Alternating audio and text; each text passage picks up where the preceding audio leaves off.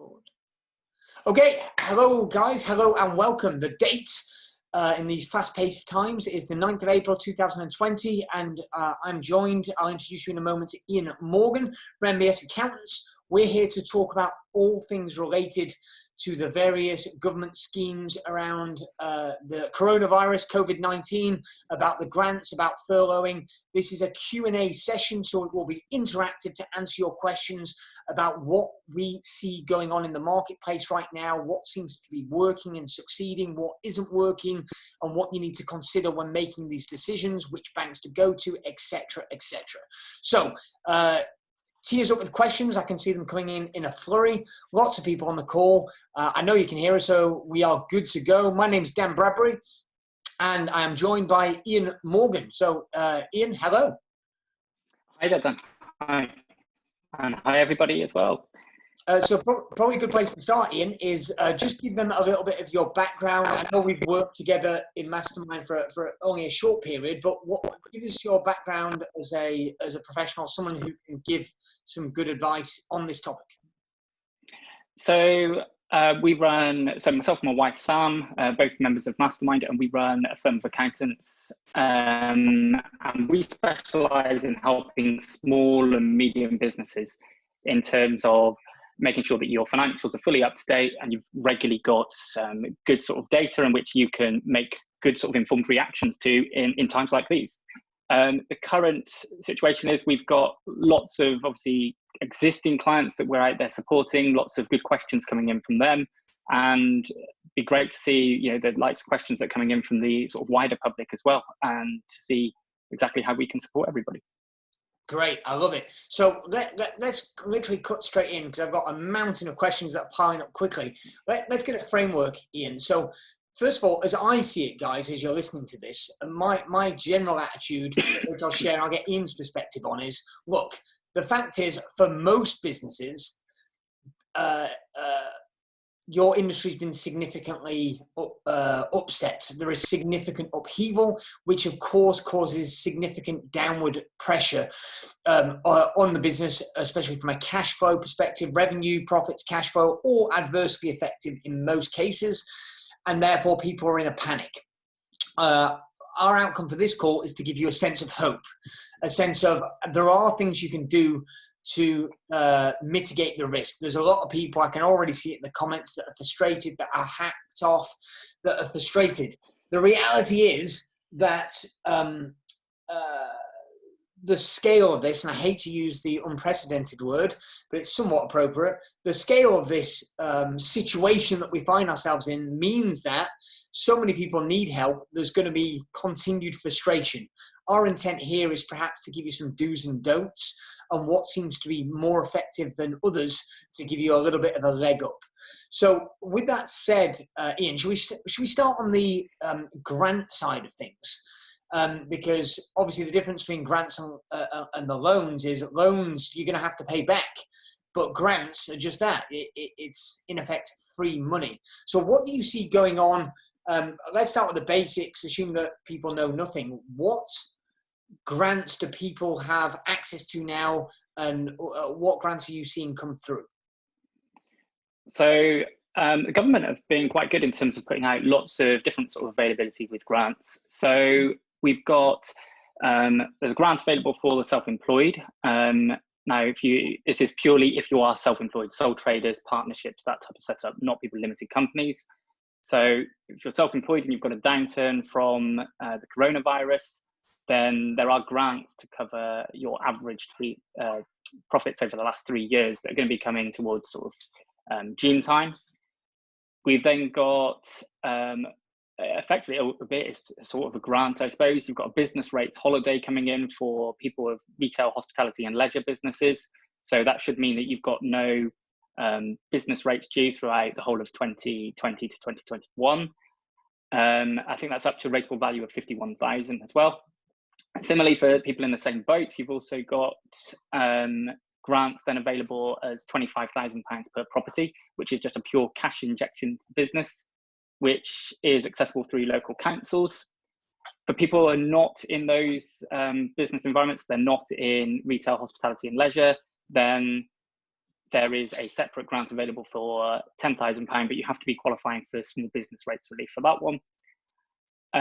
There's also, they've brought back statutory sick pay cover. So if you have, I think in this circumstance, if you've got people who are self-isolating because of corona, because they're on sick, then actually you've got investments going back into the business in terms of sick pay will be fully covered. And also staff members don't have to wait for that. And then finally, we've also then got the furlough scheme for employees and directors. So you can get cash injections coming back into the business there. So let me jump in right there, Ian, because I'm going to try and do the questions as we go. So let's, because there's questions about furloughing. So Raheem is asking a question about furloughing. If I furlough a director of a limited company, etc. But we'll come to that later, Raheem. Chris says grants galore. What grants are available on top of the small business rates relief grants? There are a lot of questions, but let's start with everybody. I've got a little cheat sheet that I'll share with you at the end of this call that we'll send out to you with the recording.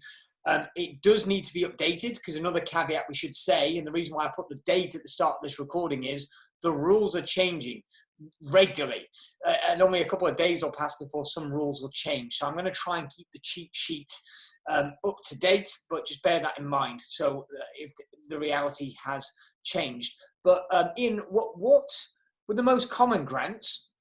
How do people actually apply? Because if somebody's listening to that and saying, okay, I think I qualify because I've got an office, even though I know, Howard, your question about Regis tenants who can't get the grant because of rateable value, we'll try and touch into that. For people that fit the main criteria, where do they go? How do they actually go about getting the money? Because I know you and I have both seen clients of ours receive money in recent days, and it seems to be coming through quite quick. How do people go about applying for the big grants, as it were?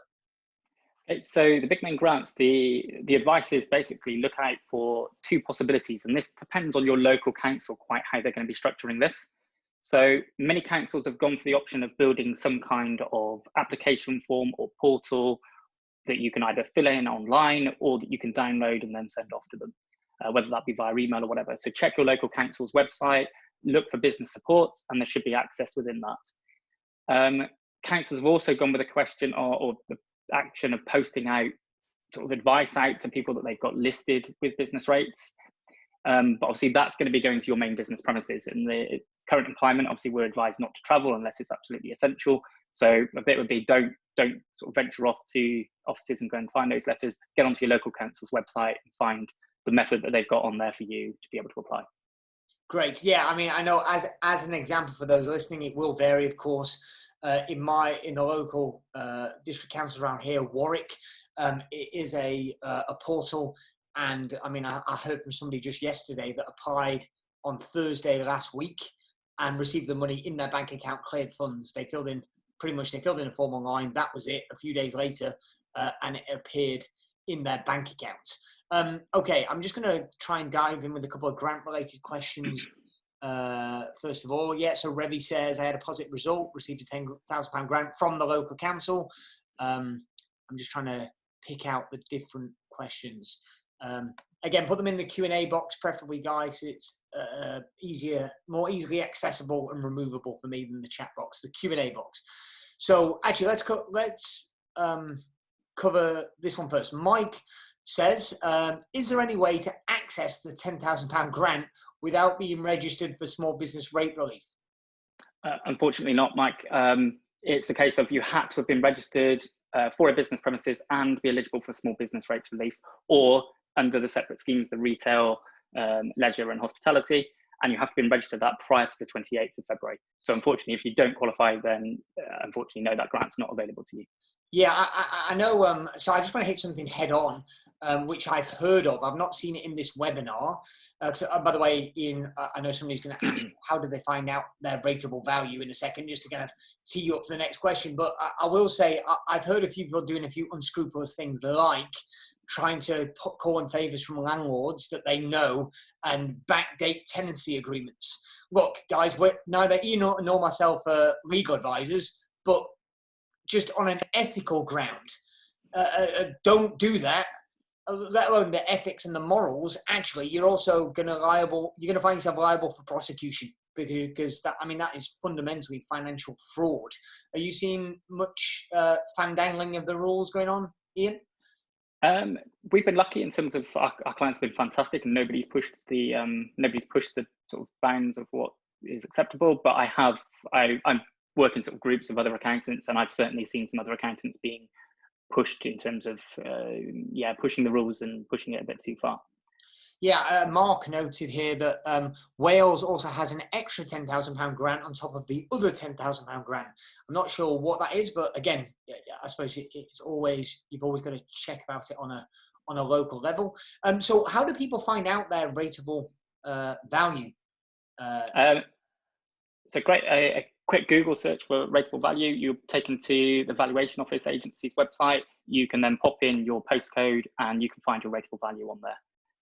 Just a heads up as well that many local councils need your sort of like account number for your rateable, so for your business rates. So if you don't have that, you do probably need to reach out to them beforehand. They do have methods in place where they can give you that over the phone once you've gone through a few security questions.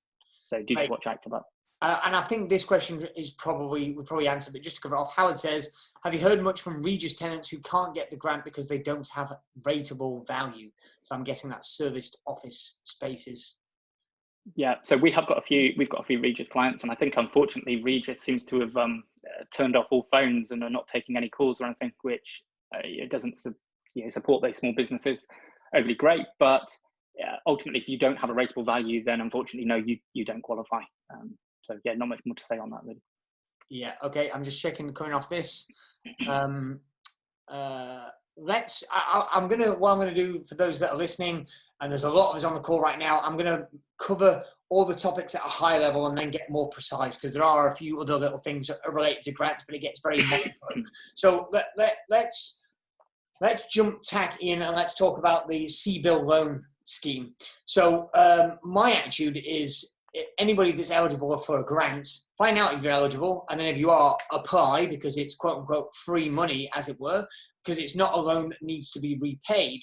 But obviously a lot of people are saying, well, I don't qualify for the grant, or in addition to that, people are saying we want to get these loans. Obviously the Chancellor made the huge announcement several weeks ago now about furloughing and about the funds that are being made available by the British Business Bank for these CBIL loans. Why is this a good idea? So the headlining is obviously interest kind of frozen first year. There was hoo-ha initially, but now it appears that they're saying there's going to be no personal guarantees if the loan's below £250,000. Who is, on paper at least, Ian, eligible for applying for these loans? So effectively, it's all pretty much small and medium enterprises. But the idea is that you need to have effectively been in a good position beforehand. If you were a type of business that was insolvent or potentially insolvent before this, then one, you're not going to qualify, and two, it's probably not the right sort of outcome for you to be looking at this. You're effectively, you could be delaying the inevitable, and you could be getting yourself into a whole different realm of mess. So this needs to be available for people who've got a short-term difficulty that's particularly been brought around because of the current corona situation. And this is to effectively plug the gap so you can survive this situation, come out the other side, potentially being able to operate, and might even be the case that you're in a potentially stronger situation because there's lots of stuff you've been able to do in the meantime. But yeah, ultimately that's it. It's for people who, you've got a big issue because of cash flow, or even potentially a small issue because of cash flow throughout this, and actually you need to plug that gap to get you out the other side. And how are we recommended to go about applying for these loans? So the sort of tip at the moment is actively to go to your existing bank. Lenders have been inundated with requests, and many of the sort of high street lenders that are in the 40 strong list of people you can go to, many high street lenders have just said, we're not taking applications from anybody who's not an existing customer. So if you're already an existing customer, you're potentially the only ones who can apply to the likes of Barclays and HSBC, whoever else are on the list. If you don't bank with one of those, then you need to be looking potentially at the others that are on the list, because straight away, I think you're going to be stuck with, one, there's long waits to find out, but two, the answer you're going to get back is actually we're dealing with our existing customers first. Right. Yeah. So, I mean, it does. So, but for those people that it does apply for, if you're an existing bank, great. It seems now. I don't know. We haven't actually spoken explicitly about this, Ian. So this will be an interesting conversation as to which banks. I think that the taps are slowly turning on, and some seem to be more responsive than others. Somebody that a client of mine, who I won't mention because I haven't asked her permission, she's in hospitality, and she has a 7-figure revenue business, low 6-figure profit, and therefore clearly adversely affected. And she was offered a low 6-figure revenue loan by the bank, which I believe in her case was HSBC, at less than 4% for 5 years, frozen for first year. And she said, should I take it? And my answer to her was absolutely. Because I think those that are listening that know me know I'm very anti-debt, because you don't take into account risk. But in this situation, the business, as Ian just mentioned, was profitable, a solid going concern, and therefore you've got this support. But if it had to be personally guaranteed, it would have changed everything. It would have changed my attitude significantly, and I might have gone down a different route, because then your house is at risk. But actually, borrowing money at that low rate, if things come back quicker than anticipated and you don't need to touch it, you just give the money back and pay a negligible, if any, interest cost. And that's aside from the people that are in strong positions might argue having a fighting fund of money at low interest rates could give you a significant advantage as we come out the other side of things and things pick back up. But coming back to the original point, Ian, are you seeing any particular banks being either helpful or unhelpful in these circumstances? I've seen quite a bit of good support actually from NatWest, again, out to existing customers.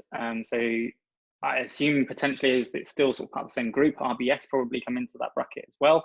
And I've also seen some good help from HSBC. Not to dwell too much on the frustrations, but I've seen a few little frustrations with Metro Bank, who seem to be asking for lots of information. I don't think they're not lending, they're just asking for a lot more information than potentially some of the other banks are asking for. So they want full business plans, cash flow forecasts, management accounts, last 3 years accounts, lots and lots of information. However, potentially that's the type of information that people should have readily available anyway. So maybe it isn't that onerous. Right. Well, actually, it is interesting. We won't get too tangent on this point, but Warren Buffett says, guys, that it's only when the tide goes out you get to see who is swimming naked. And, he's talking about, amongst other things, liquidity. So did you have the cash reserves? Were you solvent enough? But beyond that, I agree with what I think Ian was suggesting then, which is you should really have your financials in place. And even though we're addressing the current crisis right now, there's no substitute for getting good advice. And it is appalling, Ian. I know we've had private conversation about this. Some advice, or said differently, lack of support some accountancy firms and financial firms are giving their customers is atrocious. And I hope when people are able to, that they switch providers and they remember how they were treated in times of great stress. Coming back to this, I agree with you. I've had similarly heard good things about NatWest and RBS. I've heard not good things, I'm afraid to say, about Lloyd's and Barclays. But to be honest, take that with a big pinch of salt, guys. This is where it's changing, and we're talking anecdotal, dozens of experiences between each of us probably. Mark says NatWest and Lloyd's TSB taking outside customer applications now. Somebody else said, I got through to Lloyd's, they quoted me 2 weeks from now, they will look at it. Yeah, that's what I've heard and seen. So the example that I gave you of the lady earlier, she applied 2 weeks ago and has been accepted. But I know other people that applied 2 weeks ago, basically as soon as it was announced, or a bit more than 2 weeks ago now, and they've still heard nothing. Anne says, my application was rejected on Friday, and her broker said most non-high street banks did the same. Someone else says HSBC have offered 3.4% for under $250,000 and 3.9% for above $250,000. And also says, in addition, I had I have personal guarantee insurance, and similarly, they stopped any new policies for personal guarantee insurance. Okay, yeah, fine. So I'm just looking down the list. Oh, Christian says, I just got his £10,000 grant today from Wakefield Council. Good job. Okay. Oh, so my favourite question, I've lost it in the thread here, but somebody commented asking what a liquidity plan is, Ian, and I think I know the answer. So they're putting an application in, and they said they were asked for a liquidity plan on what is that. My understanding, but you'll correct me if I'm wrong, is effectively a liquidity plan is a cash flow forecast, i.e. the bank's looking to see how the cash is going to flow in and out of the company. So I suppose specific to that, what are the banks looking to see to if they've got an application in general, they seem to be asking, from what I'm hearing at least, and tell me if you disagree or disagree, a couple of years worth of statutory accounts plus some kind of plan, cash flow forecast. What are they looking for though, Ian? Are they looking to see that the business is solid and can is going to make a profit and be able to pay, or are they looking to see that the business needs the money because of the nature of CBIL, and actually they're looking to see a business that's underwater, and actually the cash injection is just what's going to pick the business back out? Do you have any sense of that? Yeah, so ultimately they're effectively looking for both, I suppose, on that side of things. One, the original guidance very much from the government was that people who should be going into the CBIL loans are those who are being affected by this. I know that's since been sort of withdrawn as their advice, and they're trying to encourage anybody who potentially needs finance to do that. But ultimately, the banks are looking for the case of, although these are government backed, they don't want people failing on these loans. They still need to be issuing them on the basis that they are going to be repaid. So they are looking for businesses who have got a temporary issue in terms of cash flow that this loan can effectively plug, and that actually there's a good plan that when they come out of the other side of this, that they can recover and they can effectively meet the repayments. What they don't want is somebody coming out the other side of this, not actually recovering, never repaying the loan, and effectively what we've ended up with a situation of is almost become another grant that ultimately the government effectively don't have this money to back up and put out there. So at some point it's going to need to be repaid, whether that's through raised taxes or something in the future. But we need, there needs to be a good plan in place. The banks need to be making sure they're making good lending decisions, particularly off the back of everything that happened in the last recession as well. Right. Well, I mean, this isn't going to make me popular, what I'm about to say, Ian, but it's interesting that everybody's struggling and feeling pressure, but I don't think, while we wish it'd be quicker if we do qualify, I don't think you can blame the banks for not wanting to lend to people that they're not confident are going to be able to repay, right?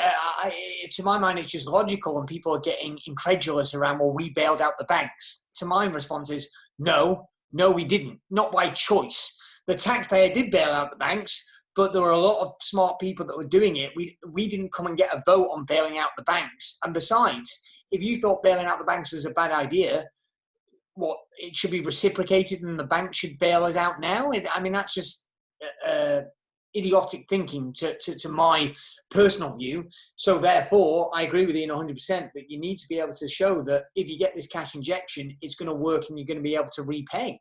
And that's why the banks are twitchy, because they're in the business of making a return, not losing money. So you need to be able to do that. Let's get fractionally more precise, just because I think it's pertinent, Ian, even though it's not come up in the questions, but I think you and I are on the same page as this. If somebody doesn't have the data, they're just going, oh my God, I haven't got the money in the bank, I need to get it. Like, what should they do? What should they think about in order to be able to pull together a liquidity plan, a cash flow forecast? What do they need to be considering? Because the banks ain't just going to give them money. What are the kind of key things? And for somebody that's a bit lost right now, what would your advice be? So firstly, I think you're absolutely right. Think about this as somebody coming to you and asking for money. You'd want to know that actually they're going to give you it back. You're not just going to hand this out. You want to know that you're going to get it back. So the first thing you want to know is, what's their plan? How is this going to sort of happen? So the very first sort of approach I'd be looking at is, you need some degree of cash flow forecast. And the best starting point possibly was looking at what was the situation that you were expecting prior to all of the corona situation. Literally just plan out, when was cash going to arrive? Where were you going to be spending money? Look back at your historic data. What regularly have you got going out of the business? From there, you can start to build a sort of a worst case scenario. So it might be the case that actually now you're going to experience no money is going to be coming in for the next, say, 3 months. And you need to build that in. But then finally, you then need to be sort of adjusting that and going, okay, let's sort of break down all of our costs into essentials and non-essentials, or even nice to have stuff, and start reviewing all those nice to haves and go, actually, are there any of these that we can pause, cancel, put on hold, whatever, in terms of actually that can start freeing up stuff. The banks want to see that you haven't just been lazy and just gone, you know what, give me some money, I deserve it. You've actually put some effort in, you've actually considered this, you've made some cutbacks and everything yourself. And that actually you can now demonstrate you've put your business in a situation where it's capable maybe of just about surviving, and that you need this extra input in order to make sure the business is ready to thrive once you're back up and running afterwards. I love that. Right, let me mention a few people's names just to know that you're on the pecking list, just to kind of keep people enticed. A lot of people asking questions about furloughing, Ian, so we're probably going to get to furloughing quite quickly.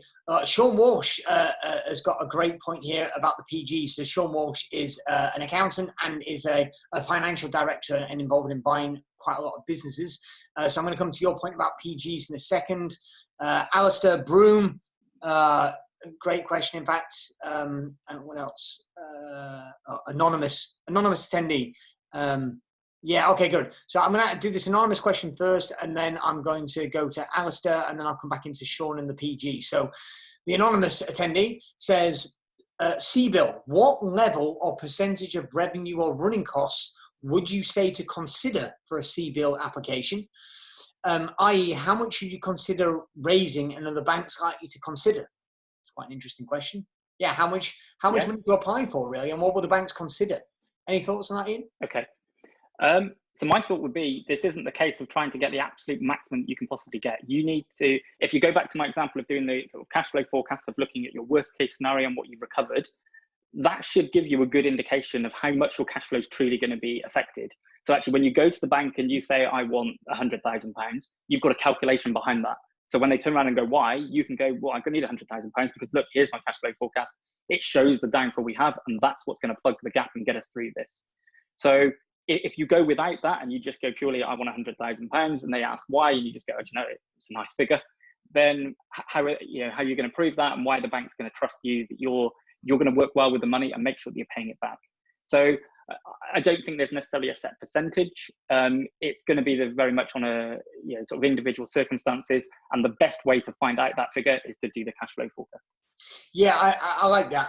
I'm going to offer an additional point. I don't disagree with anything Ian just said, for those that are listening, and my experience with banks in general. So pre this crisis, again, I'm not a big fan of debt. I don't believe in debt because I think most business owners use it unwisely and get themselves unstuck. However, while I agree, align with Ian, where there's a slight difference in my personal perspective is if you've got a good case for requiring, let's say you're in a range of you think you need between £100,000 and £150,000, I'd always go at the higher end as long as you've got a good justification and a plan working behind it.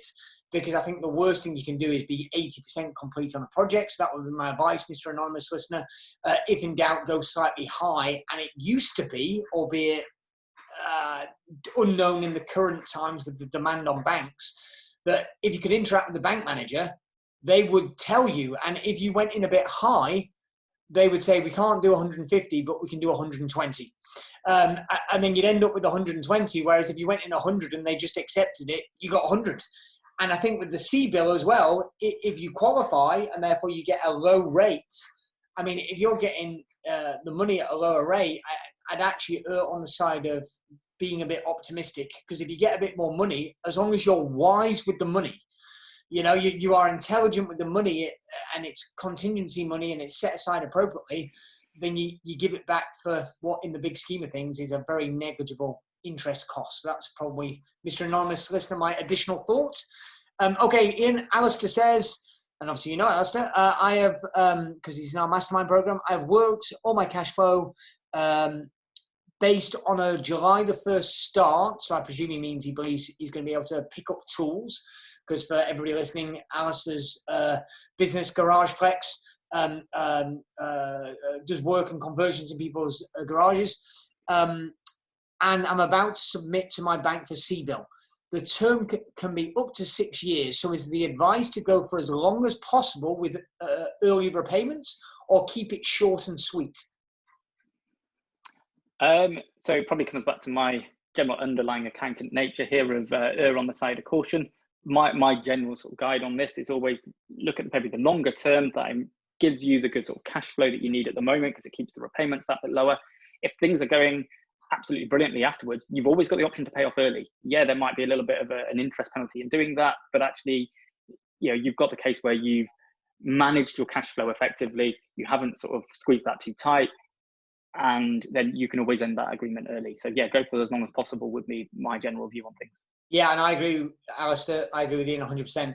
I'd go for as long as possible, because the ones that I've seen, the early repayment charges are either non-existent or, a month's worth of interest type thing. So therefore, conservative nature is not pay as little interest as possible, get the shortest term, and actually go with a longer term, but just on the basis that if I think I might need the money for X period of time, it always takes twice as long as you think. So I'd rather go for longer and not be in it, and then still choose to repay, and worst case, fractional extra interest payable. All right, so Alistair's comment. So Sean's comment is interesting. So hello, Sean. Hope you're well.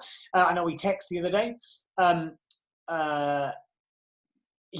This is more of an opinion piece, I think, but it'll be good for us to discuss it, Ian. It seems there is a short. It seems there is a short form personal guarantee if less than $250,000. That sounds very much like the banks wriggling and requiring a PG anyway. Yeah. Do you have any thoughts on this, Ian?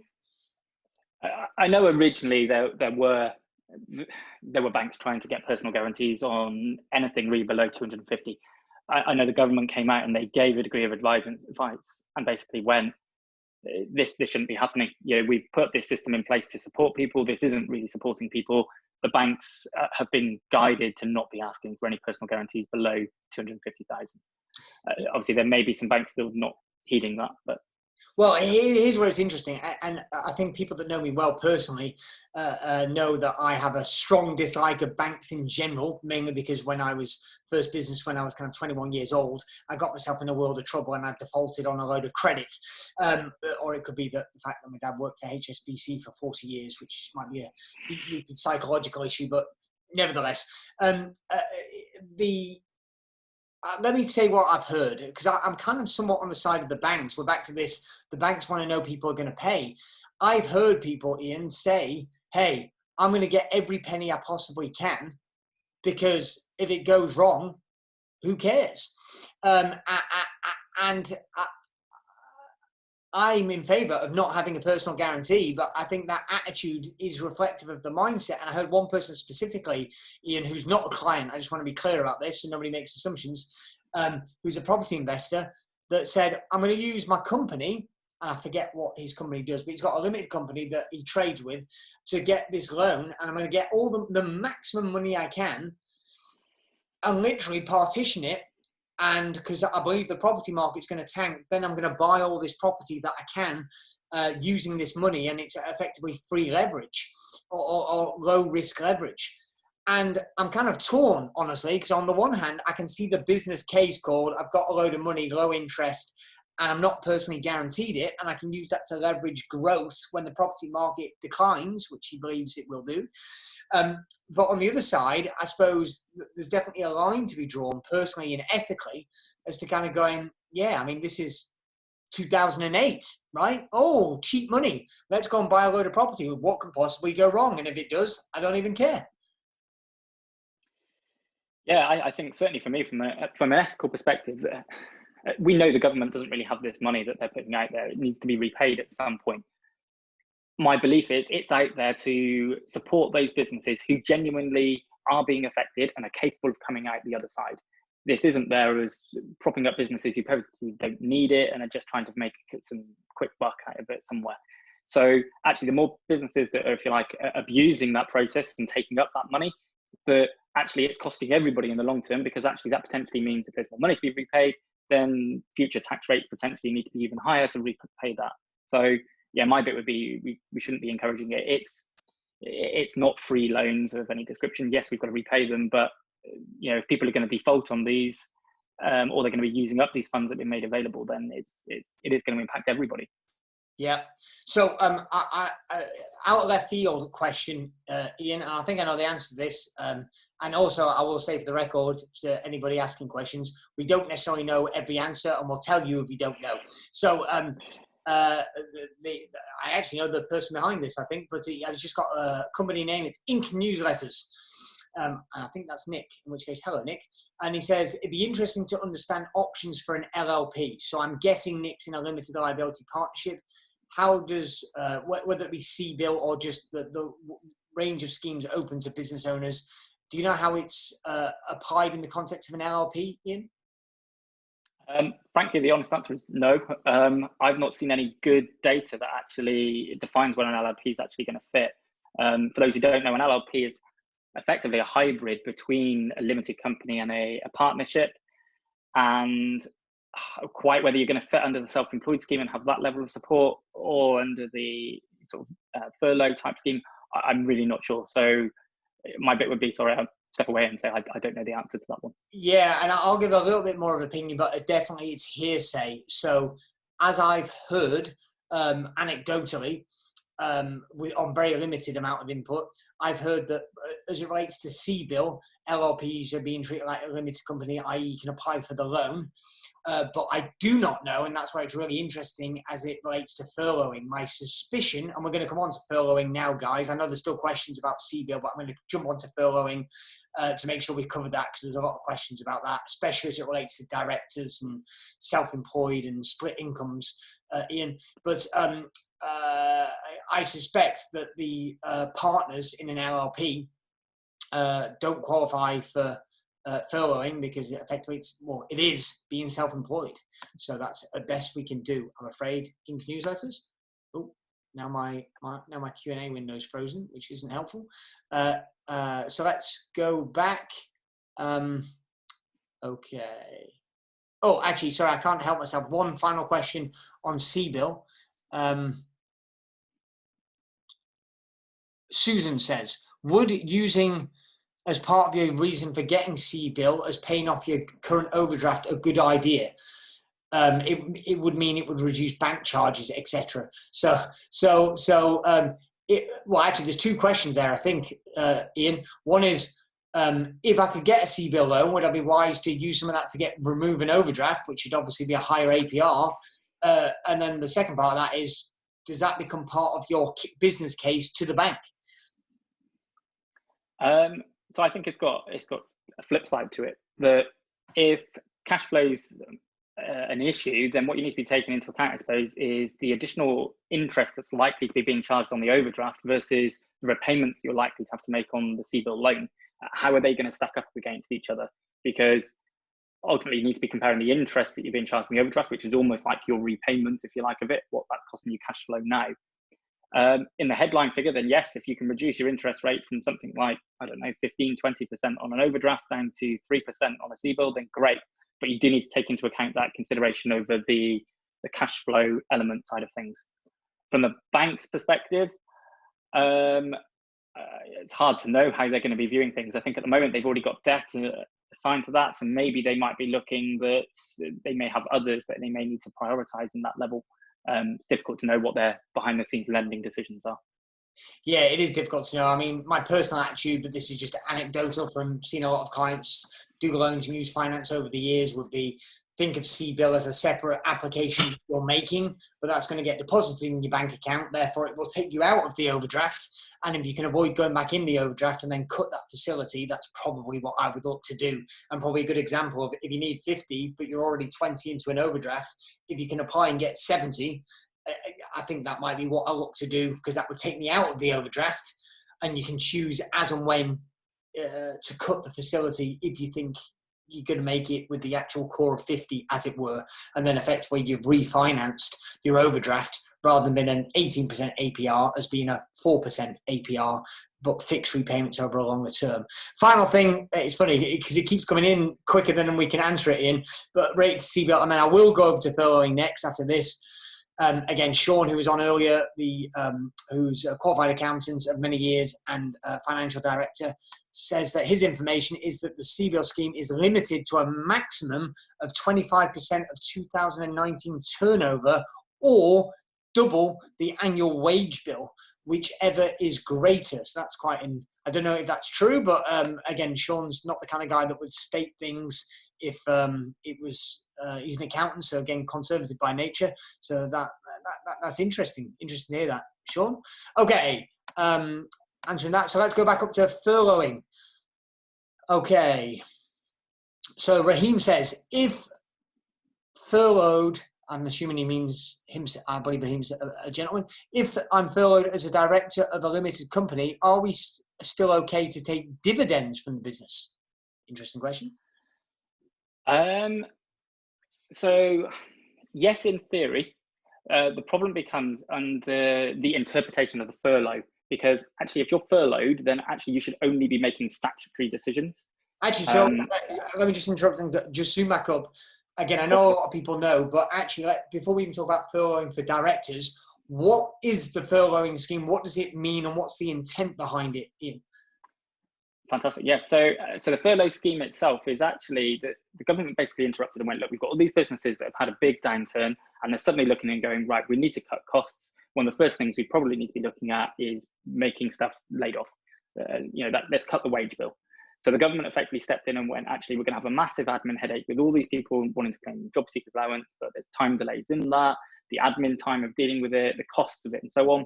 So let's just step in, let's support the employers and say to them, don't lay these people off, make them furloughed instead, and that we will fund 80% of their normal pay up to the £2,500 limits.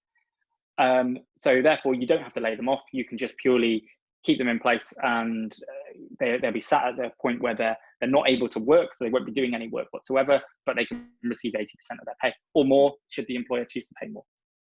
Okay, good. I like that. And by the way, actually, just to hit this head on before we do the directors, look, don't ask us. I've seen a few questions similar to this.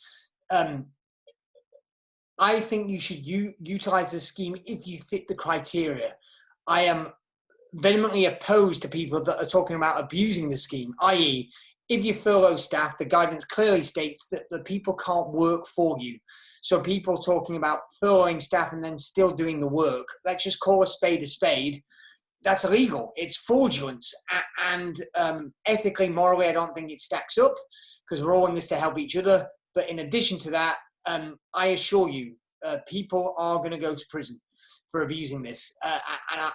You may be unlikely to get caught if you cheat the system, but if you're knowingly cheating the system, the government's not stupid. They're not going to handle it right now, but they are going to look, and if they find evidence of it, people are going to get prosecuted for that the same way people get prosecuted for tax fraud, etc. So, I'm probably going to avoid answering any questions that are a bit vague. But if you're concerned about where the line's drawn, which is appropriate now, we're going back to Raheem's question, how does it apply to being a director, Ian? So just before we get to that, I just interrupt and just say that I'm aware of HMRC making some recruitment at the moment for a specialist task force who not only will be assisting in making sure that these grants are necessarily paid out to the right people, particularly the self-employed grants, but actually part of their spec is to look out for fraud and to actively be promoting that further up the chain so it can be investigated further and action taken. So HMRC are actively putting things in place to make sure there isn't any fraudulent activity, because it's a scheme that's particularly open to that. Great. So on to Raheem's question, but I think to answer Raheem's question, a question that I've seen elsewhere in a few places is back to this old, can I furlough myself? If I'm a director of a company, can I furlough myself? And some people are on PAYE, but they're up to the income free allowance, tax-free allowance, and then they get dividends for anything above. Can they furlough themselves is the first question, Ian. Does it make sense to do so? And then what are their rights? What can they and can't they do if they do that? Okay, so yes, directors definitely can furlough themselves. The government have come out now and stated that, and that can happen. Paying of dividends, that probably comes into the case of actually the third point as well, of what can they and can't they do. So the government have been quite clear to say that actually if you furlough yourself, then you can only keep the company going from a statutory basis, i.e. filing of accounts, filing of tax returns, updating of the confirmation statement, very, very basic duties, which are your requirement as a director to keep that company from keeping it up with its legal duties. Now, you could argue that paying dividends is not a legal duty, and therefore that's an active decision within the business. So if you furlough yourself and then you pay yourself a dividend, we don't have enough data at the moment to know, could that be breaking those rules, and therefore actually your furlough is not even fit in the first place. So let me challenge that, actually, just to use an example, Ian. If Raheem means that he's not on about issuing a dividend in the account sense or from the in the minutes of the company, but just in the sense of saying, look, the company's got money in the bank account and I need to take cash from my family. Could a director still take the cash, which effectively, in theory, will be a director's loan that gets converted to a dividend later? Would that be permissible, do you think? Yeah, so I think potentially you could get away with that. You could get away with putting it as a director's loan, and then the decision, if you like, the management decision of that, of the board of directors or whatever it might be, of voting that as a dividend at a later date, then yes, then potentially that gets around the problem. Good. In terms of your, my opinion on whether directors should be furloughing themselves, ultimately my opinion is no, I don't think that they should. I think that actually so many of us have a thing where we keep going, oh, I've only had the time, I could do this and I could do that. Suddenly this could be the situation, if you don't have active work to go and do, this could be the time that you do have time where you could do all those tasks that keep getting put off. And if you go and furlough yourself and then suddenly you start thinking, oh, I will do these other bits, then in my opinion, that particularly could be breaking those rules, and therefore you might find your furlough wasn't active in the first place. Plus also, for most people with the salaries that you've got structured up, furlough is only going to provide you with £500, £600, £700 per month. So you're not talking huge money. I believe there's more potential and more money that can effectively be made by doing the other bits that you could do during this downtime that you may have. I agree with that 1,000%. I was going to say, my comeback was going to say, it doesn't financially, it depends on the individual's personal living circumstances, of course, but for most quote unquote serious business owners, I just mean of some size. So you've got 6-figure revenues and upwards, let's say, you've got a small team and higher.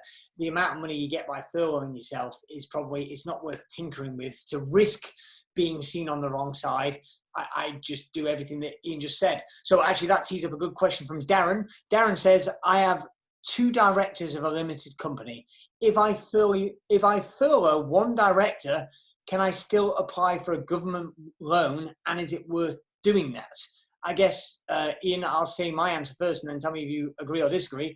I would be astonished, Ian, if you cannot still apply for the government loan. If you've only furloughed one of 2 directors, I probably suspect you could furlough both and still apply for the government loan if you need it for the company to stay solvent. And is it worth it is probably, if you're talking about worth applying for the loan, it's back to the advice that we gave earlier. And if you're saying, is it worth furloughing one director or not, then it's probably back to that same question. If one director is not needed and you can furlough them, then yeah, that's why the scheme operates, I suppose. Do you agree with that, Ian, or anything to add?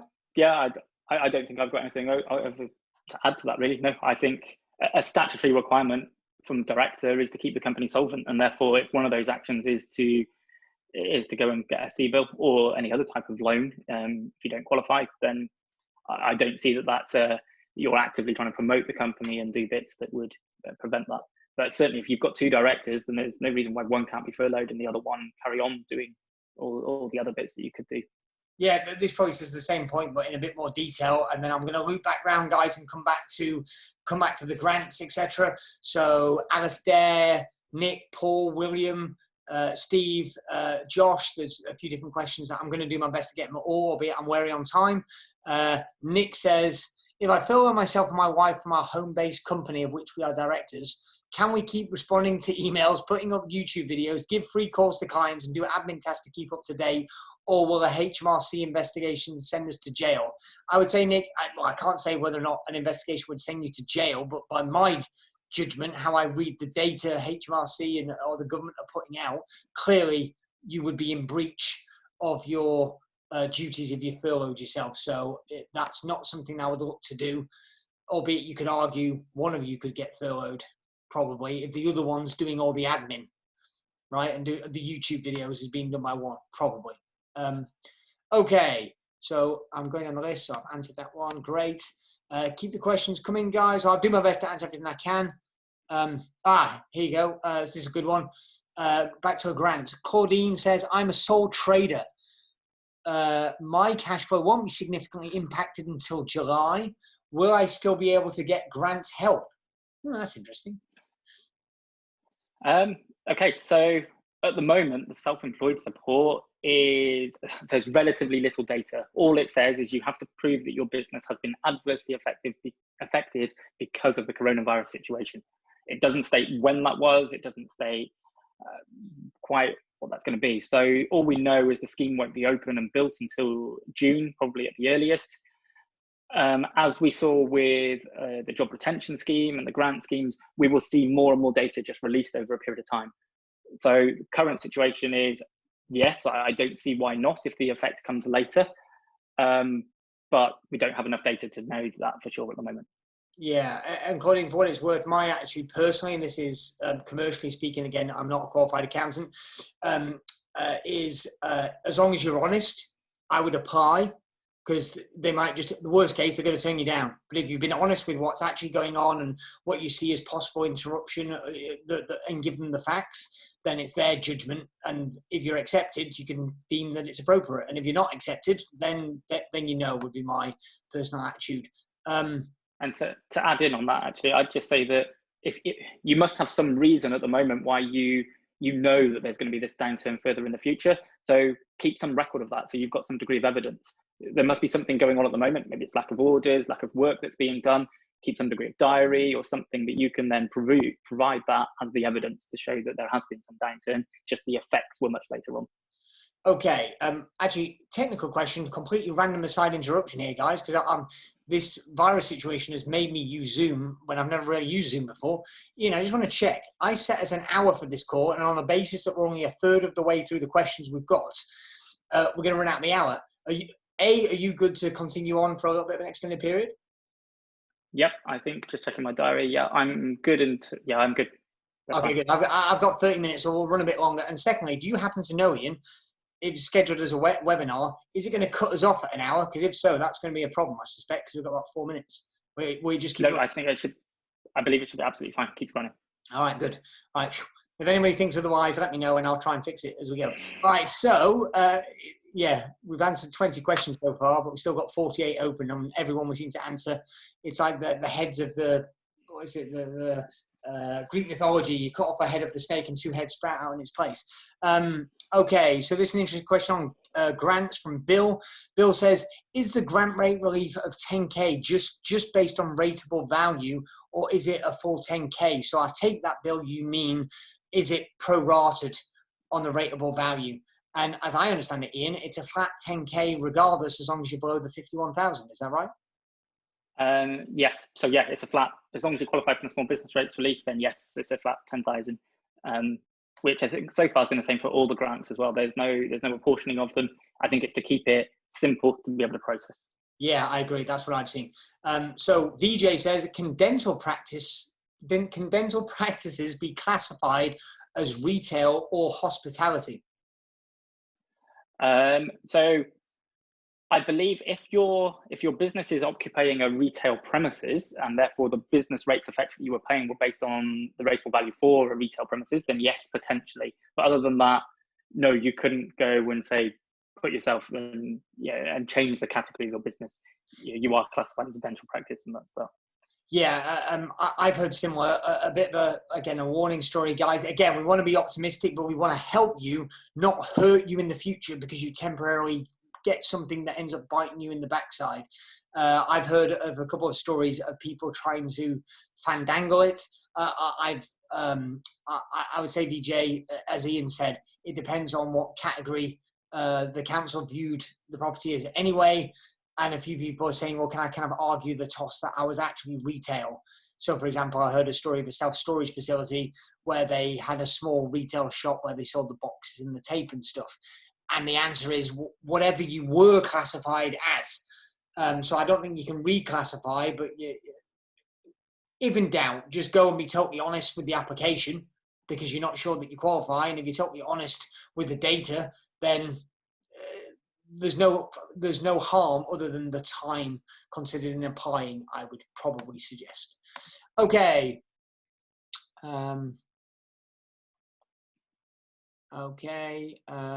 Mark says, he gives a link to Hastings Borough Council. They're looking for, typically looking for business rates accounts number, as you mentioned, the company number from Company's House, and the VAT number if you're registered. Howard says, some offices have rateable value, some don't. It's crazy. It is crazy. And I do think there's going to be reform in a lot of things after this passes through, but that doesn't happen in the current crisis. A user says, yeah, okay. Just to touch back in on this one, they just labeled themselves as user. I am a self-employed sole trader working from home. I'm not in the retail, rural or hospitality space. What financial support options do I have? Have a quick recap on the headline. Yeah, so ultimately, if you're a sole trader and you've got issues because of the coronavirus situation, then there is the self-employed support scheme that's available from June. And that is potentially supporting you for 80% of your average profits over the last 3 years. But these are 3 years up to 18-19. So it's not the latest year of which you're currently able to file. It needs to be 18-19. Okay, that answers another question from Chris as well. Question from Josh. This is interesting, and this is very recent though, Ian, so you may not be up to speed on this. I'm not either.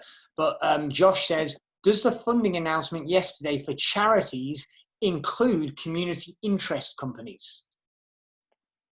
Well, I'm not a charities and community interest companies expert, so I haven't listened out for it, and honestly, I don't know the answer.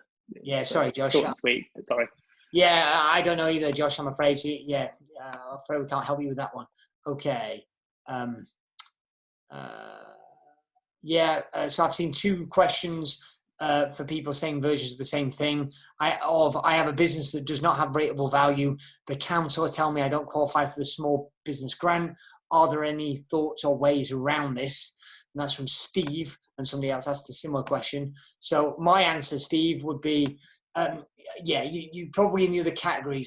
You wouldn't qualify for the grant, but you do need to look for other grants, like the one that was mentioned in Wales. I don't know the criteria of that. If you were in Wales, which I know you're not, and the other things that Ian's already mentioned on this call. And again, guys, as a reminder, I've got a bit of a cheat sheet that does need to be updated. It's not perfect, but we will give you access to that at the end of this call and tell you what to do next to help. That might be useful. Okay. The next question, I'm kind of jumping around to see what fits now, Ian, is there's a few questions about startups. I'm just trying to find them again. So Mark asks, are the CBILS loans available to startups? And somebody else asked something similar. What is available to a startup? So I'm guessing they're saying we don't have 2 years of accounts. We don't have a year's worth of accounts. Yeah, I think I do recall something about most of the banks are asking for some kind of support relating to that. So just on a quick read upon. So my belief is that most of the banks are going to be looking at this from a sort of level of what they're looking at. I've certainly got one client who only started back in about September, October time. Their application was quickly turned down to say that they just don't have enough data and therefore they're not viable for them to lend to. So my bit was going to be, maybe if you're a startup and you do have 1 year set of accounts, then maybe some degree of option.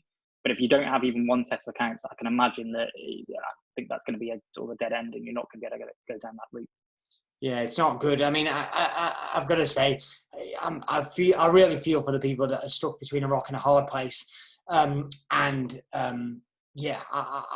just to touch on this as it relates to the self-employed, we're not on this call going to go into all the personal thing, but I think common sense applies. I think everybody should be cutting down on their own expenses, cutting out the unnecessary stuff. I think if you rent a property, you should negotiate with your landlord. They're supposed to, if they've gotten relief on their mortgage, they're supposed to be understanding. They cannot evict you, but they're supposed to be understanding and work with you, and it very much varies by landlord.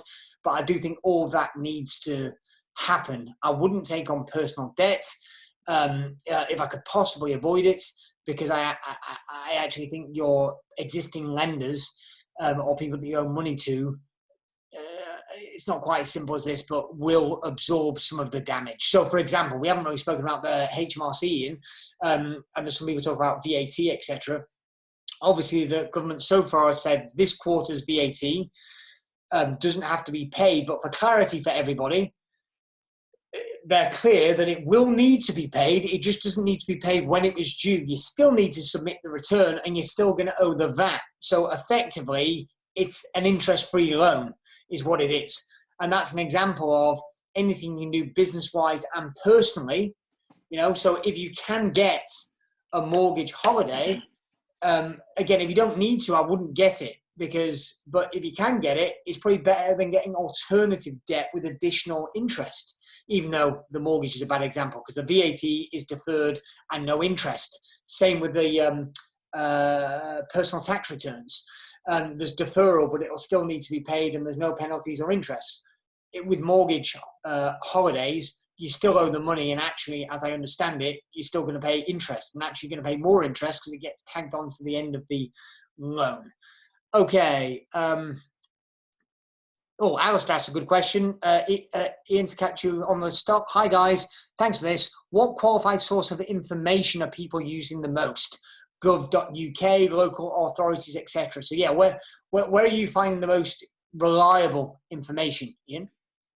So the most reliable information that's getting updated the most often, and is probably in the easiest form to digest, is a new government website called businesssupport.gov.uk. If you pop to there, it's got all the various different schemes that are available, and they are just a quick snapshot of who's this for, who does it help, who's eligible, and access to further detailed information regarding each of them. Very good. I like that. Yeah. I've not looked in the chat window for a while. Actually, interesting question. I don't know we know the answer to this, Ryan, but amazing info as always. Do you know if a music school qualifies as a leisure business? We have retained almost all our several hundred students through Skype lessons, but can't run our band program, live events, and equipment hire. We hire school buildings, so don't have rates.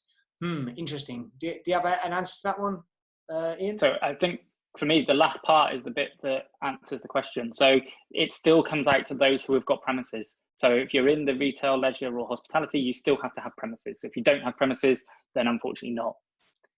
Yeah, okay, good.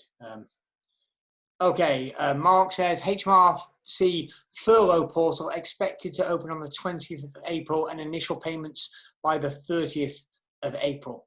Is that matching with what you're hearing?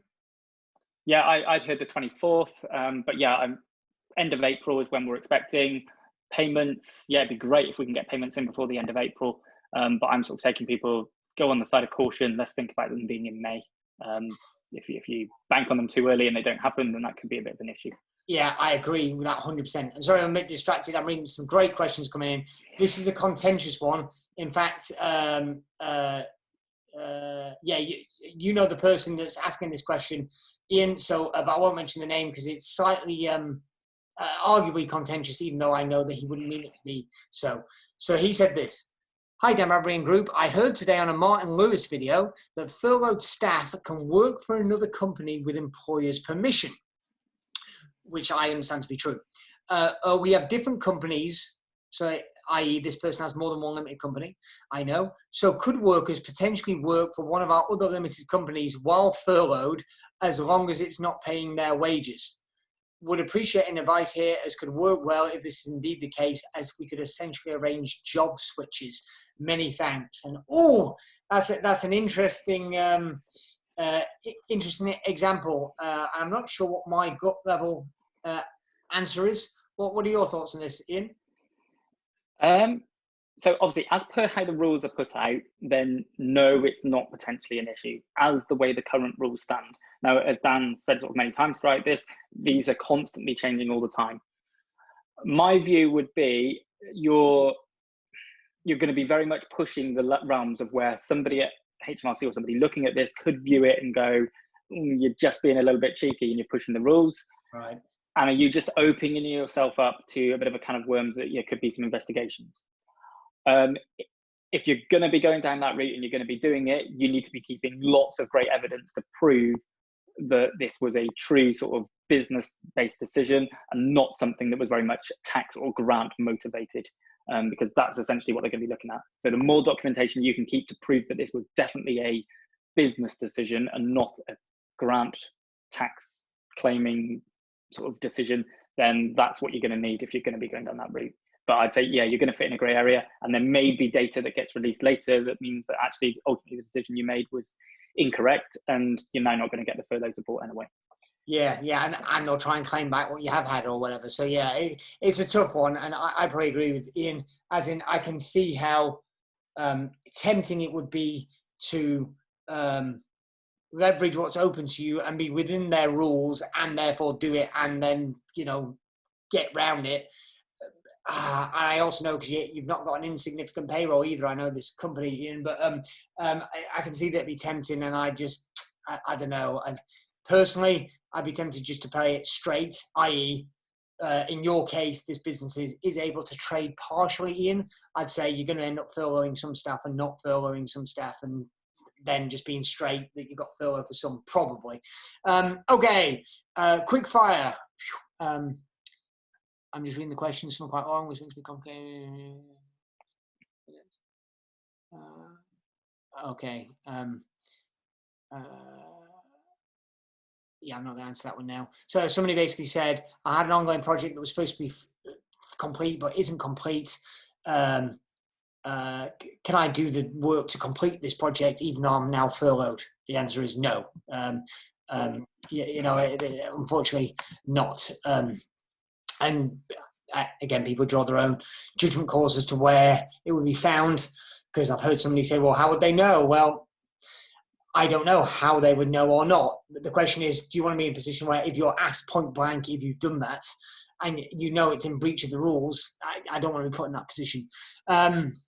Okay, this is a good question from Anonymous. We made a profit last year, but didn't make any profit in the last financial year. So I'm guessing they mean in the last calendar year they made a profit, but in the previous financial statutory accounts they didn't. We do not currently have an overdraft facility either. Will that preclude us from a coronavirus business interruption loan scheme?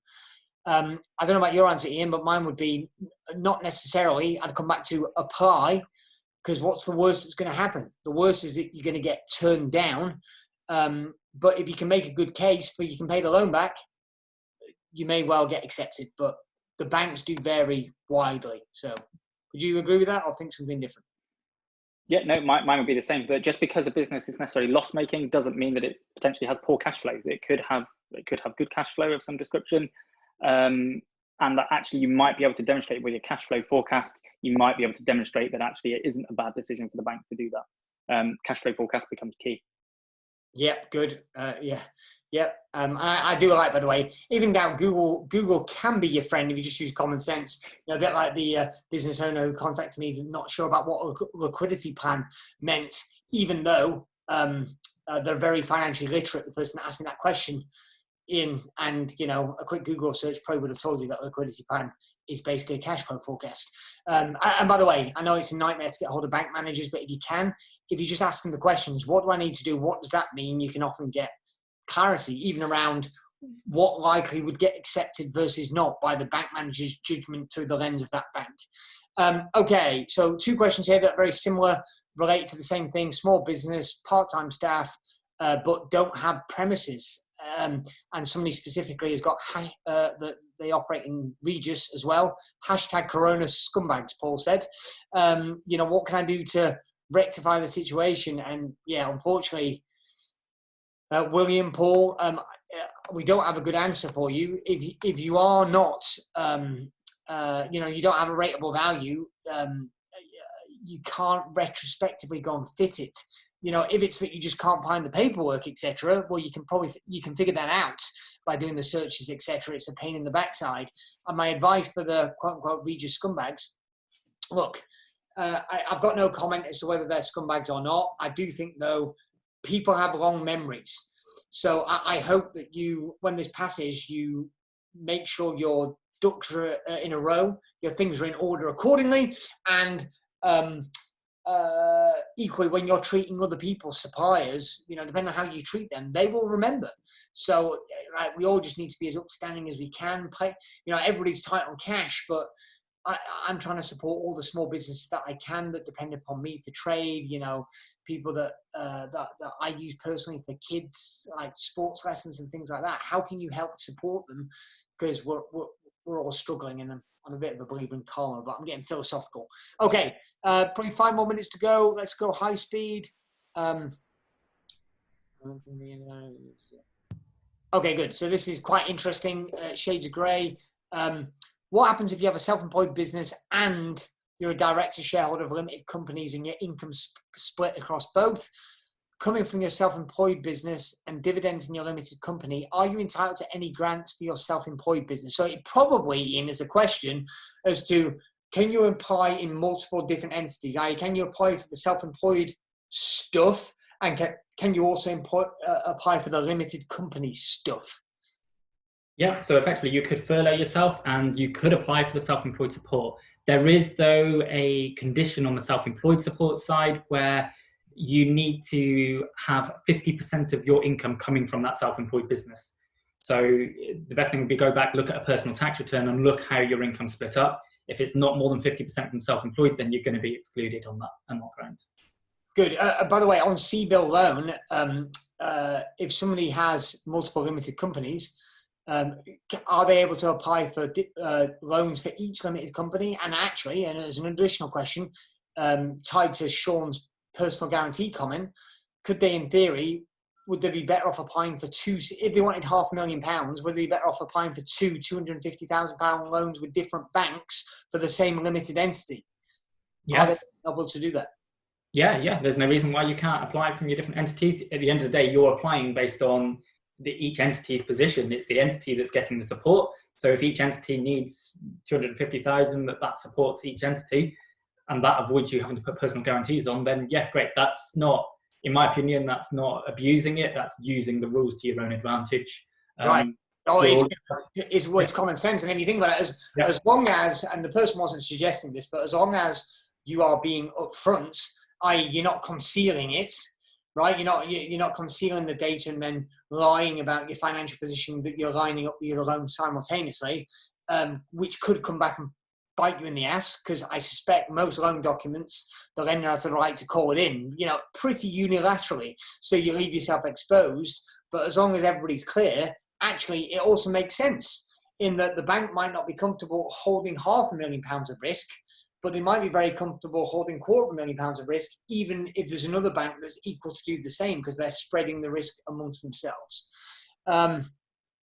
Nick says, not sure if you can see my questions here, Dan, as I can only see my own questions and no one else's. Yes, I can see your questions, Nick.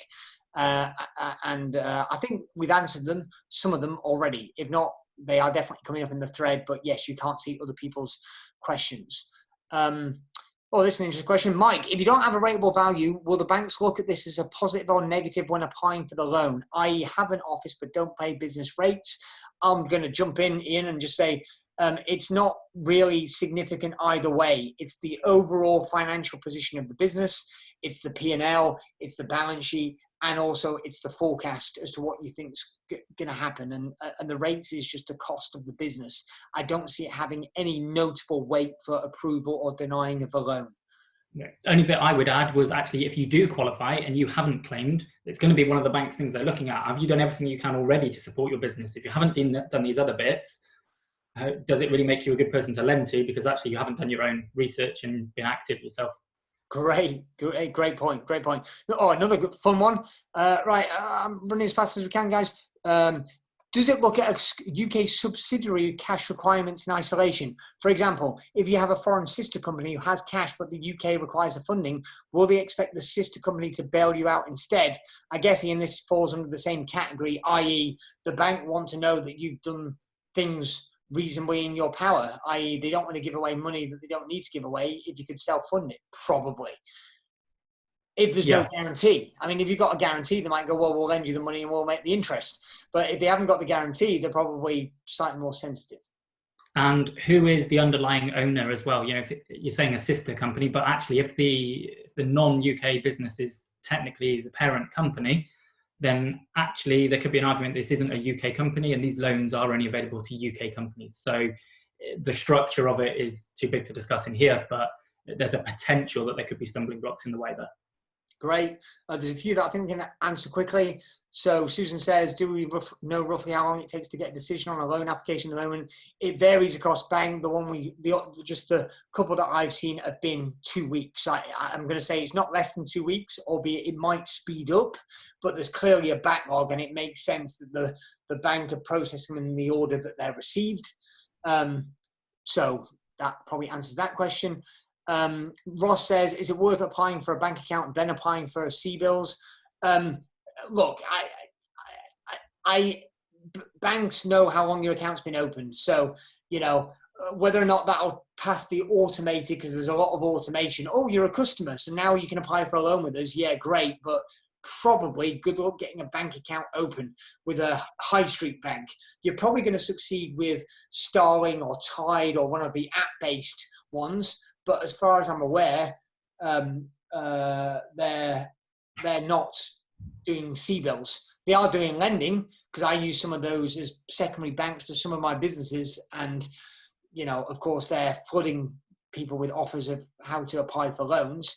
So you might be able to get a loan, but generally they only offer you loans in-app if they've seen that your account's been active and normally has money coming in and out of it. So I suppose there's no harm, no foul, Ross. Probably, but it's probably not going to be that beneficial. This is a good one from Neil. Don't know what you've seen, Ian. Do the banks have to take your application as CBILS only, or do they try to sell you another product first? So they have been at the early stages. Banks were having to consider, can you apply for a normal product first, and then they would switch to CBIL. They've been advised to switch that around and look the other way, and they should be going, do you apply for CBIL? If you don't, then potentially, they could be looking at other products. And nothing says those other products won't be awful. They might not have the interest-free period, but actually if they're still at a sensible rate, then potentially it could be another option anyway. Great. This is a message from the Home Office, apparently. We are financially secure.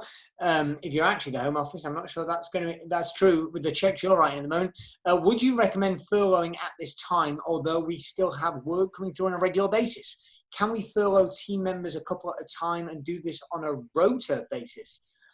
As I see it, Ian, tell me if this is your understanding.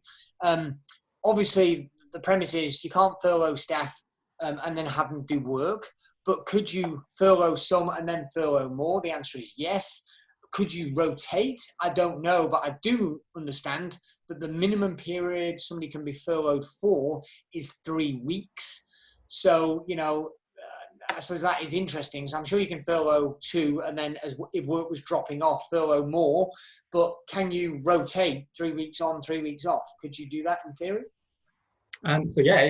According to the current data, there's no reason why you can't. You've just got to meet the 3-week requirement, and then potentially you could rotate people around. It would still come back to probably the sensible business decision. There would be that you're probably able to generate more money if people can do the work and complete that and get paid for it, than you are by furloughing people if it's unnecessary. I'd still only be looking at it if it's the case that you just don't have enough work for them, and therefore, it makes sense to put them in this sort of holding position. If that means you want to share it and they're going to be furloughed on rotation, then yes, albeit you're going to have to keep issuing new letters to everybody regularly and get them to be agreed to be furloughed. So it creates a bit of an admin exercise on top. So this is a fun, challenging one for you, Ian, as an accountant. Osborne says, HSBC have asked for a direct link to our accounting package. Our accountants are a little hesitant on granting access. What is your view? So it sounds like he's saying they've applied with HSBC and HSBC wants to see inside Sage or Xero or wherever their accounts are kept. What's your view on that? Okay, so there are some more modern lenders that have come around in the last few years. The only way that they will lend is by having a full access into Xero or some kind of cloud accounting package. So I wouldn't say it's unusual and unheard of. Ultimately, if you don't allow it, are they just going to decline you anyway? So if you're a good case for actually being lent to, actually you're going to strengthen your case because actually the data is going to be there and it's going to make it better. If you're not a good case to lend to, then they weren't going to lend to you anyway if you say no. So right. Yeah. So I agree with that 100%. I'd feel differently if, Osborne, you were saying the tax man. you know, the tax man was looking in, you might say, well, you know, I don't want to give them the opportunity to find breadcrumbs and then take me on a hunt for 2 years and have an investigation. But for the lender, if it's view-only access, if you're in shape, I agree with everything Ian just said. And again, guys, even though I know everybody's in the crisis right now, there's no substitute for just having good accounts. And so many people are in a panic and they can't get stuff done because their accountant is dreadful or the bookkeeping is just dreadful. You know, it's back to the Warren Buffett. The tide's gone out and people are exposed and not able to get what they need. Hence, as unfortunate as it is and empathetic as I am, the fact is the people that don't need the money are probably the ones that most easily qualify for getting it and being able to borrow whatever they want. And the people that are really vulnerable and need the money are the ones that find it hardest to get, unfortunately. Okay, I'm just looking for some quick fire ones. Last 6 minutes. Our business established 2007's track record of generating a EBITDA of circa 50K. Many problems last year with staff and wet weather. Company now recently restructured, but in a CVA with good orders and a good suppliers. Who would lend us money? Oh, that's an interesting question. I don't know about you, Ian, but we won't go into what a CVA is. Side note for everybody. There are options beyond if you don't qualify for the grants and loans if you're a limited company. I do think if you are borderline, if you weren't in a strong position before this and it's made it worse, it may be advantageous for you to consider some kind of insolvency procedure. I think there's been a lot of changes of laws in the laws recently, which basically is shorthand version. You're allowed to trade. The wrongful trading rules have been relaxed, which means you're not going to get prosecuted for trading whilst insolvent in this period. They're going to be more relaxed about that because that's the reality and it's so unknown and changing. In addition to that, they're putting forward proposals to protect things like tenants so they can't be evicted, to give moratoriums, i.e. payment holidays, time gaps with which for people to rebuild. So you're going to get more leeway. So I don't think you should necessarily go and do a pre-pack administration or a CVA tomorrow. But just so some of you know, and we're out of time, so we're going to have to talk about this on another call. Let me know in the comments if you want to know about it, about the options that are open to you. Because if you ended up in a CVA, and I know this person who's anonymous is already in a CVA, if you ended up in a CVA, rather than getting a loan for 100 grand to pay off your HMRC debt, well, first of all, right now, HMRC, you'll be able to defer them and pay no interest. But if you owed a supplier, £100,000 debt, you might be better off having a CVA and having it be restructured, and you only end up paying 30p or 50p in the pound interest for over 5 years. So the point I'm making for everybody on this call is that there are a whole range of options. Don't panic. Get in touch with us. Let us know, and we'll happily point you in the right direction. Anonymous, your specific question is, you're probably back to apply and see where you get. Because you could say, if the CVA has restructured you successfully and you have got a good order book and a good suppliers, you might say, well, you're a poster child. You were weak, but you've got a good future and you can see the orders, so therefore you need support because of the coronavirus, therefore you'll qualify. Will they do it or not because the CVA is on record? Unfortunately, we don't know, but you would argue that the CBILS is more catered for you than it would have been you qualifying for a loan, 3 months ago when you just had a CVA on your record. Okay. Just coming down. Great. Alistair Busby says Martin Lewis has 12 great things, 12 need to know things about furlough. Yeah. Okay, great. Go and check them out. Moneysavingexpert.com, isn't it? I think Martin Lewis. His stuff is normally pretty reliable. I'm just checking what question to ask in the closing 3 minutes. Is there a better type of or format of cash flow forecast to use?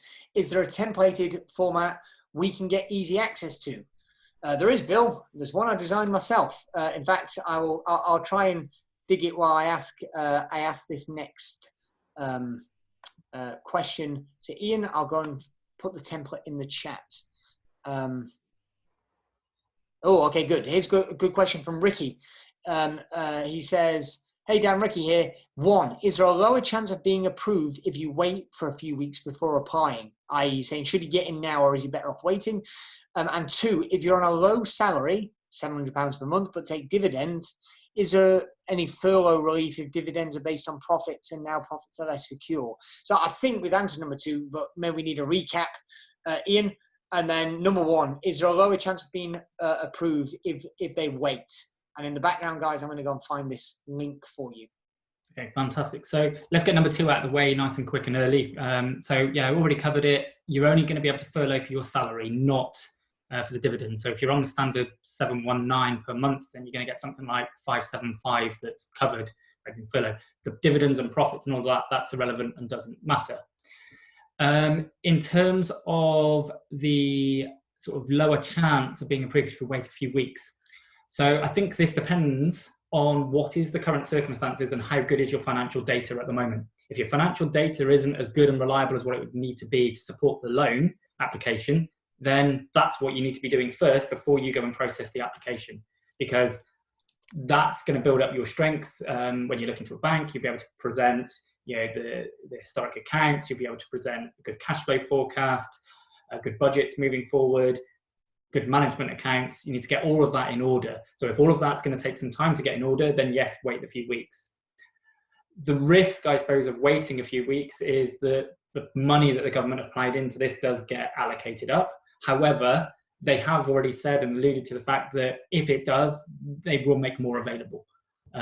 So I would think that your chances won't be diminished. But at the same point, if you do have everything in order now, I suppose from a financial perspective, then it's going to take a couple of weeks for them to get this sorted. Their banks are talking about 2, maybe 3 weeks in order to get the application through and contact you back. So if you've got the data available now, then get the application in now. Yeah, I agree with that on both counts. I do think banks will sort their act out, but they will go through it chronologically. But Ricky, if I remember correctly, I think your business has more than one bank that you bank with for that same limited company. So you know what, buddy, I'm perhaps doing different with different banks might be a thing that you consider. All right. By the way, I put the links in the chat, guys. I'm just having a quick final look before we perhaps need to wrap up. Ross has got to go. Will this webinar be available later? Yes, we'll make it available. Okay, there's so many questions still. So we're still only halfway because the number keeps going up. So guys, what I'm going to say is a lot of these questions have been answered already back on the recording, which we'll make available. For those that haven't been answered, I suspect we're going to do this again. So Ian, let's wrap up by telling people how they can get in touch. So if they've got any, if they don't feel they're being served by the current accountant, how can they reach you? So yeah, you've got a couple of ways in which you can reach out to us. So if you want to just find out a little bit more about what we're about, then we've got a Facebook community you can join, which is called the Thriving Business Community. So you can join that and you can just see a little bit more about what we're about and how we're currently supporting our clients in that way. Other than that, then I'd say head to our website, which is mbsaccountants.co.uk, and you've got ways in there in which you can book in discovery calls with us, and you can just find out a little bit more about us in a 15-minute no obligation chat. Fire your questions away and we can give you full information from there. So that's just mbsaccountants.co.uk. Great, thank you, Ian. So definitely check them out. Several of my mastermind clients work with Ian, and the feedback's been extremely strong. So highly recommended if you're not being served. The links are in the chat for the cash flow template, and also a link to just some other resources where we'll also put up this video as well. You can find me at danbradbury.com. If there's a specific question that you're desperate to get answered that you haven't answered, ping me an email at contact@danbradbury.com. I'm not going to promise you an immediate response because we're getting hundreds of emails a day at the moment, but we will endeavour perhaps to do a follow-up on-call presentation to this if there are particular pertinent questions that come up that we feel haven't been answered properly. So hope that helped. Guys. Thank you. Got a few thank yous. People saying, let me know about future broadcasts. Alice says, thanks, Dan and Ian. Paul says, nice to see you on form again, Dan. I'm not sure if I take that as a compliment or an insult, Ian. I don't think I was ever off form. But thank you very much, guys, and thank you, Ian, for all the questions. Ian's website is mbsaccountants.co.uk, and again, the link is in the chat. So, Ian, it's been fun. Thank you very much. Yep, been great. Thanks to you, and thanks to everybody as well. Thanks, guys. Bye for now.